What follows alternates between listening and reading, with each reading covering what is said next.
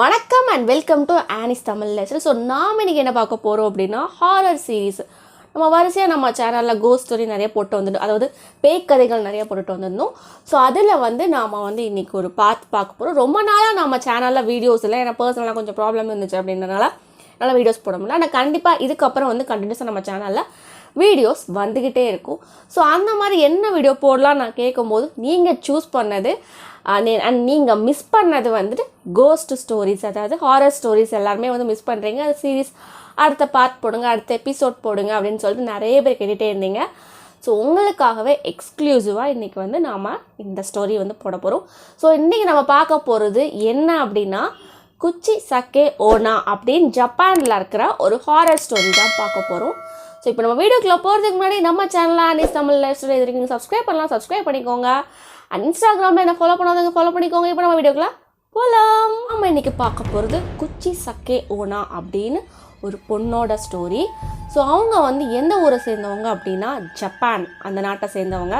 So இந்த கதை 2 காலகட்டங்கள் நடக்குது. ஒன்று 1200, 700, 800 அந்த மாதிரி வருஷங்களுக்குள்ள ஒரு கதையும், இன்னொரு கதை 1970 1970 இன்னொரு ஸ்டோரி அப்படின்னு சொல்லிட்டு 2 காலகட்டங்களாக இந்த கதை நடக்குது. அண்ட் இந்த கதை ஒரு அர்பன் லெஜெண்ட். அர்பன் லெஜெண்ட் அப்படின்னா சப்போஸ் நம்ம தமிழ்நாடு ஒரு எக்ஸாம்பிளாக எடுத்துப்போமே. தமிழ்நாட்டில் பார்த்துக்கிட்டிங்க அப்படின்னா மோகினி பிசாசு இருக்குது. அதுக்கப்புறம் முனிப்பாய்ச்சல் அப்படின்னு சொல்லிட்டு ஒரு பேய் கதை நிறையா இருக்குது. அதுக்கப்புறம் கொள்ளிவாய் பிசாசு இந்த கதைகள் இருக்குது. ஸோ இதெல்லாம் நாங்கள் பார்த்துருக்கோம், நாங்கள் இங்கே வச்சு பார்த்தோம், இந்த மாதிரி இங்கே நடந்துச்சு அப்படின்னு சொல்லிட்டு இதை பற்றி நிறைய கதைகள் நம்ம ஆல் ஓவர் தமிழ்நாடு இருக்குது. இதை நம்ம நிறைய பேர் நம்பவும் செய்கிறாங்க. ஸோ இந்த பேய்கள்லாம் நம்ம தமிழ்நாடை பொறுத்த வரைக்கும் ஒரு அர்பன் லெஜெண்டான கதைகள். ஸோ இதே மாதிரி ஜப்பான் ஃபுல்லாக பேசப்பட்ட ஒரு பேய் கதை தான் குச்சிசக்கே ஓனாவோட கதை. ஸோ இந்த கதை ஆக்சுவலாக ஒரு அர்பன் லெஜெண்ட் ஸ்டோரி. ஸோ அதை தான் நம்ம பார்க்க போகிறோம். ஸோ இந்த கதை 2 காலகட்டங்களாக நடக்குதுன்னு நான் சொல்லியிருந்தேன். ஸோ ஃபஸ்ட்டு காலகட்டத்தில், அதாவது 1200, 700, 800 அந்த காலத்தில், அதாவது ராஜாக்கள்லாம் ஜப்பானை ஆண்டுகிட்டு இருந்த அந்த காலத்தில் நடந்த ஃபஸ்ட்டு பார்ட் அதை நம்ம பார்க்கலாம். ஸோ குச்சிசக்கே ஓனா ஜப்பான் நாட்டில், அந்த நாட்டில் ரொம்ப ஒரு பேரழகி, ஊர்லேயே பேரழகி, எல்லாரும் பார்த்து மயங்கக்கூடிய அந்த அளவுக்கு ஒரு ரொம்ப ரொம்ப ரொம்ப ரொம்ப ஒரு அழகோ ஒரு அழகு அப்படிங்கிற சொல்கிற அளவுக்கு ஒரு அழகி. அந்த அழகியை அந்த ஊர்லேயே ஒரு பெரிய மாவீரன் கல்யாணம், ஒரு சாமுராய் கல்யாணம் பண்ணிக்கிறான். ஊர்லேயே பெரிய அழகி, ஊர்லேயே பெரிய வீரன். ஸோ அந்த மாதிரி ஊரில் இருக்க பெரிய அழகி ஒரு நல்ல ஒரு வீரன் தான் கல்யாணம் பண்ணிக்கணும் அப்படிங்கிற மாதிரி அவன் கல்யாணம் பண்ணிக்கிறான். அவங்க திருமண வாழ்க்கை நல்லா தான் போயிட்டுருக்கு. ஸோ குச்சிசக்கே ஓனாக்கு ஒரு ஹேபிட் இருக்குது. என்ன அப்படின்னா, அதான் நம்ம பொண்ணுங்க எல்லாருக்கும் இருக்கிற ஒரு இதுதான். நம்ம என்ன பண்ணுவோம் அப்படின்னா, நம்மளுக்கு பிடிச்சவங்கள்ட்ட போயிட்டு நம்ம கேட்போம், நான் இன்னைக்கு அழகாக இருக்கேன், நான் பார்க்கறதுக்கு, நான் இந்த ட்ரெஸ்ஸில் நான் அழகாக இருக்கேனா அப்படின்ற மாதிரி. குச்சிசக்கே ஓனாவும் டெய்லி போயிட்டு அவள் ஹஸ்பண்ட் கிட்ட, அவள் கணவன்கிட்ட டெய்லி காலையில் எழுந்திரிச்சதும், நான் இன்னைக்கு பார்க்க அழகாக இருக்கேனா, நான் இன்னைக்கு பார்க்க அழகாக இருக்கேனா அப்படின்னு கேட்டுகிட்டே இருந்திருக்கா. ஸோ இதுவே நாளடைவில் அவள் ஹஸ்பண்டுக்கு ஒரு சந்தேகம் அது கிரியேட் பண்ண ஆரம்பிக்குது. என்ன நினைக்கிறேன் அப்படின்னா, ஊர்லேயே ரொம்ப அழகு, நம்மக்கிட்டையும் டெய்லி அழகாக கேட்குறாளே, ஒருவேளை நம்மளை விட்டுட்டு இவன் வேற யார் கூடயும் போயிடுவாளோ அப்படின்னு சொல்லிட்டு அவனுக்குள்ள ஒரு சந்தேக விதை வளர ஆரம்பிக்குது. ஸோ இந்த மாதிரி போயிட்டுருக்கும் போது என்ன ஆகுதுன்னா, அந்த நாட்டில் போர் அறிவிக்கிறாங்க. அஃப்கோர்ஸ் போர் அறிவிச்சாங்கன்னா என்ன பண்ணணும், அந்த நாட்டில் இருக்கிற எல்லாரும் அந்த சண்டைக்கு போகணும். ஸோ இவன் ஒரு பெரிய வீரன், மாவீரன், சாமுராய் அப்படிங்கிறனால இவனும் போருக்கு போய்தான் ஆகணும். ஸோ போருக்கு போகும்போது கூட அவன் அந்த பொண்ணும் சண்டைக்கு போகிறான். நம்ம இருக்கும்போதே இங்கே பல ஆண்கள் அப்பப்போ நம்ம ஒய்ஃபை எட்டி பார்க்குறானுங்க, அங்கங்கே வச்சு பார்க்குறானுங்க. நம்ம இல்லாதப்போ என்ன நடக்குமோ, இல்லை இவன் யார் முன்னாடி போயிடுவாள் சந்தேகப்பட்டுட்டே இருக்கான். ஆனால் அது வழி இல்லை, அவன் போருக்கு போய் தான் ஆகணும். ஸோ போருக்கு போகிறான், நிறைய நாடுகளோட சண்டை போடுறான், நிறையா பதவி உயர்வுகள்லாம் கிடைக்குது. அவன் ஒவ்வொருத்தரையும் வின் பண்ண அவனுக்கு பதவி உயர்வுலாம் கிடைக்குது. ஸோ போன இடத்துல அவன் இன்னொரு பொண்ணை அந்த போருக்கு போன இடத்துல இன்னொரு பொண்ணை மீட் பண்ணுறான். அந்த பொண்ணை அவன் கல்யாணம் பண்ணிக்கிறான். அந்த பொண்ணு கூட குடும்பம் நடத்தி குழந்தைகள் அப்படின்னு சொல்லிட்டு அவன் குச்சிசக்கே ஓனா அப்படின்ற ஒரு பொண்ணு இவன் லைஃப்பில் இருந்ததையே மறந்துட்டு வேற ஒரு வாழ்க்கையை அவன் வாழ ஆரம்பிக்கிறான். ஸோ இதெல்லாம் ஆக்சுவலாக குச்சிசக்கே ஓனாக்கு தெரியாமல் இல்லை. ஒவ்வொரு தடவையும் இந்த போர் நடக்கும்போது அதோட தகவல் அந்தந்த நாட்டுங்களுக்கு வரும்ல. ஸோ அந்த மாதிரி தகவல் குச்சிசக்கே ஓனாக்கு வந்துக்கிட்டு தான் இருக்குது. ஸோ இப்போ இந்த மாதிரி போயிட்டு இருக்கும்போது என்ன ஆகுதுன்னா, கடைசியில் ஒரு வழியாக போர் முடிவுக்கு வருது. போர் முடிவுக்கு வந்து எல்லாரும் அவங்க நாட்டுக்கு திரும்பணும். ஸோ இந்த மாதிரி அவன் வந்து திரும்ப ஜப்பானுக்கு வந்து அவன் திரும்பும்போது அவனுக்கு திரும்ப ஞாபகம் வருது.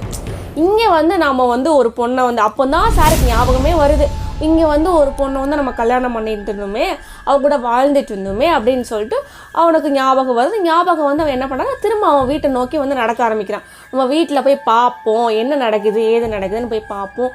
அவன் வீட்டுக்கு போகிறான், கதவு தட்டுறான், கதவு திறக்கலை, உடச்சிட்டு உள்ளே போகிறான். உள்ளே போய் பார்த்தா அவனோட ஒய்ஃப் வந்து வேற ஒருத்தவங்க கூட இருக்கா. அதாவது இல்லீகல் அஃபையர், அந்த மாதிரி வந்து தவறான உறவில் அவள் இருக்கிறத பார்த்ததும் அவனுக்கு சரியான கோவம் வந்துட்டு. ஏன்னா இதை தான் வந்து நினச்சான், நம்ம வந்து போருக்கு போயிட்டோம் அப்படின்னா இந்த மாதிரி ஆயிரும் அவன் வந்து நினச்சாலும் நிறைய சந்தேகப்பட்டுட்டும் இருந்தான். ஸோ அவன் சந்தேகம் எல்லாம் நிஜமாக ஆகிற மாதிரி அங்கே இருக்கிறத பார்த்ததும் அவனுக்கு சரியான கோவம், ஒரு செம்ம கோவம் வருது. கோவத்தில் அவன் முடியை பிடிச்சி இழுத்து கேட்குறான், நான் இருக்கும்போதே நீ வந்து இப்படி பண்ணிட்டியேன்னு கேட்டப்போ அவள் பதிலுக்கு அவள் கேட்குறான், நான் இங்கே உனக்காக வெயிட் பண்ணிட்டு இருக்கும்போது நீ இன்னொரு குடும்பத்தை அமைச்சுக்கிட்ட, நீ செஞ்சதெல்லாம் எனக்கு தெரியாதுன்னு நினைக்கிறியா, நீ அங்கே போயிட்ட, எனக்கு இங்கே வந்து எந்த இதுக்குமே வழி இல்லை அப்படிங்கிறப்போ நான் என்னோட வழியை தெரியுறதுக்காக நான் அப்படி பண்ணிட்டு இருக்கேன், இதை கேட்க நீ யாருன்னு கேட்டோன்னா அவனுக்கு சரியான கோவம் வந்தது.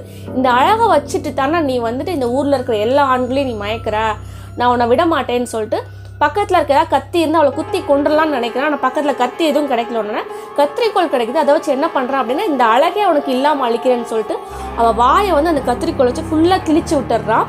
கிழிச்சு விட்டுட்டு அவளை அங்கேயே விட்டுட்டு அவன் திரும்ப அவன் வாழ்க்கையை பார்த்து அவன் வந்து போயிடுறான். குச்சிசக்கே ஓனா அவள் கிழிஞ்ச வாயோட எந்திரிச்சு கண்ணாடியில் அவன் முகத்தை பார்க்குறான். அவளுக்கு அழுக முட்டிக்கிட்டு வருது. ஏன்னா அவளோட அழகு தான் வந்து அவளோட ஒரே சொத்துன்னு நினச்சிட்டு இருந்தா, இப்போ அதுவும் அவளுக்கு இல்லை அப்படின்னோடனே அவன் மனசொடைஞ்சு போகிறான், தற்கொலை பண்ணிக்கிறான். ஜப்பானில் வந்துட்டு ஒரு நம்பிக்கை இருக்குது, யாரெல்லாம் நிறைவேறாத ஆசையோடு இறந்து போகிறாங்களோ அந்த ஆசை நிறைவேறுற வரைக்கும் அவங்க இந்த உலகத்தை விட்டு போக மாட்டாங்க. அதாவது அவங்க பேயா அந்த இடத்துல சுற்றிக்கிட்டே இருப்பாங்க அப்படின்ட்டு.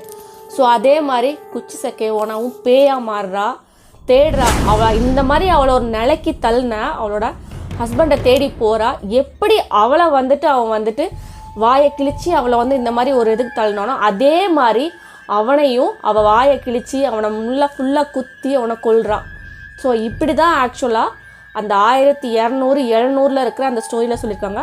ஸோ இந்த ஸ்டோரியோட அது என்ன அப்படின்னா வந்துட்டு, அதாவது வந்து நம்ம வந்து நம்ம பார்ட்னருக்கு உண்மையாக இருக்கணும். உண்மையாக இல்லை அப்படின்னா, ரெண்டு பேருமே உண்மையாக இல்லை அப்படின்னா அதோட முடிவு வந்து விளைவுகள் வந்து இந்த மாதிரி தான் இருக்கும் அப்படிங்கிற ஒரு கான்செப்டில் தான் இந்த அர்பன் லெஜெண்டை வந்து அந்த காலத்தில் ஜப்பான் ஃபுல்லாகவுமே வந்து நம்பிட்டு இருந்திருக்காங்க. இப்போ நம்ம 1200, 700, 800 வந்து அந்த கதைங்களை தான் நம்ம பார்த்தோம். அதே இப்போ 1970 இப்போ நான் சொல்ல போகிறதா நிஜமாகவே வந்து நடந்தது. ரொம்ப சீரியஸாக நடந்தது. ஜப்பானில் இருக்க ஆர்டிகல்ஸ் நீங்கள் பார்க்கலாம், இந்த இதெல்லாம் நடந்தது தான்.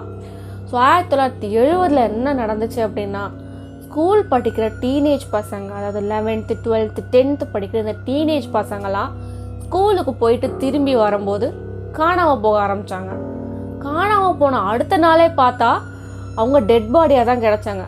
டெட் பாடியாக எப்படி கிடச்சாங்க அப்படின்னா, குச்சிசக்கே ஓனோட வாய் எப்படி கிழிக்கப்பட்டு இருந்துச்சோ அதே மாதிரி அவங்களோட வாயும் கிழிச்சு டெட் பாடியாக கிடச்சாங்க. ஸோ இதை பார்த்தோன்னே ஜப்பானில் இருக்க எல்லா மக்களுக்கும் பதட்டமாச்சு.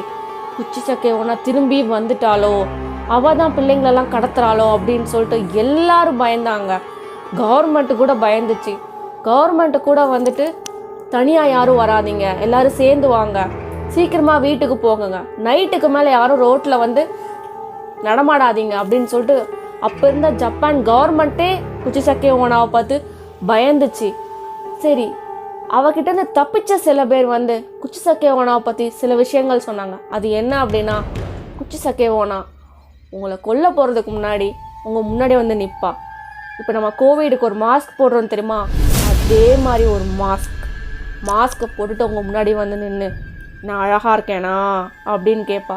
அவள் பார்க்க எப்படி இருப்பானா, நல்ல கருப்பு முடியோட நல்ல உயரமாக, அவள் ஃபேஸ் அப்படி கொஞ்சம் ரத்தம்லாம் இல்லாமல் இருந்தால் பேலாக எப்படி இருக்கும் அந்த மாதிரி, கண்ணெல்லாம் ரெட்டிஷாக மாஸ்க் போட்டு வந்து கேட்பா அவங்ககிட்ட, நான் அழகாக இருக்கேனா அப்படின்னு கேட்பா. நீங்கள் அழகாக இருக்கீங்க அப்படின்னு நம்ம சொல்லிட்டோம் அப்படின்னா அந்த மாஸ்க்கை கழட்டுவா. அந்த மாஸ்க்கை கழட்டினதும் பார்த்தா அவள் வாய் இவ்வளோ தூரத்துக்கு கிழிஞ்சி இருக்கும் தெரியுமா, அந்த கிழிஞ்ச வாயோட திறந்து இப்பையும் நான் அழகாக இருக்கேனா அப்படின்னு கேட்பா. அப்பையும் நீங்கள் அழகாக இருக்கீங்கன்னு சொல்லிட்டீங்க அப்படின்னா அவகிட்ட இருக்கிற கத்திரிக்கோலை எடுத்து அவ வாய் எப்படி கிழிஞ்சிருக்கோ அதே மாதிரி உங்கள் வாயும் நீளமாக அப்படியே கிழிச்சு விட்டுருவா. கிழிச்சு விட்டுட்டு நான் இந்த மாதிரி அழகாக தானே இருக்கேன், நீயும் அதே மாதிரி அழகாரு அப்படின்னு உங்களை விட்டுருவா. அப்படி இல்லை, நீங்கள் நீ அழகா இல்லை அப்படின்னு நீங்கள் சொல்லிட்டீங்க அப்படின்னா அப்போ உங்களை விட்டுருவா வீட்டுக்கு. சரி நீ வீட்டுக்கு போயிட்டு வான்ட்டு விட்டுட்டு உங்களை பின்னாடி ஃபாலோ பண்ணிக்கிட்டே வருவா. நீங்கள் தூங்குற வரைக்கும் வெயிட் பண்ணுவா. ஒன்ஸ் நீங்கள் தூங்குனதும் தூக்கத்திலே உங்களை கொன்றுவா. ஸோ இப்படி தான் குச்சிசக்கே ஓனாவோட கதை.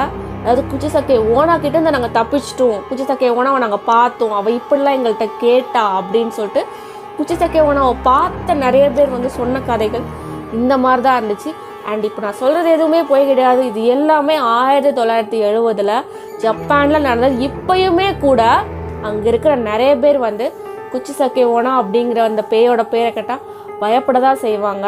அண்ட் குச்சிசக்கே ஓனா சூஸ் பண்ணுற அந்த விக்டிம்ஸ்லாம் எப்படி இருந்தாங்க அப்படின்னா, அவங்க பார்ட்னருக்கு உண்மையாக இல்லாதவங்க, ஒருத்தவங்க ஏமாற்றிட்டு இருப்பாங்க தெரியுமா, அவங்கள தான் சூஸ் பண்ணி அவங்கள கொல்ல ஆரம்பித்தா.